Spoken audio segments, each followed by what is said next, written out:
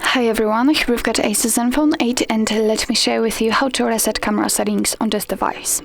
So first of all, let's enter the camera app, and I hope that you can see those helper lines, those grid lines.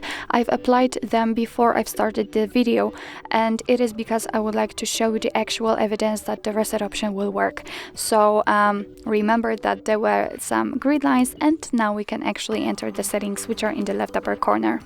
Now let's scroll down to the very bottom, and here we've got restore default settings option, so let's tap on it. Now your device will ask you if you really want to do it, so simply tap on OK. And as you can see, we just got back to the camera, and those tag locations info is the very first thing you will see if you will open the camera app for the very first time.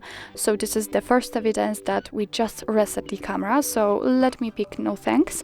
What's more, you cannot see the green lines on the camera, so it means that for sure we just reset all the settings. So actually that's all. This is how to reset camera settings in your ASUS ZenFone 8.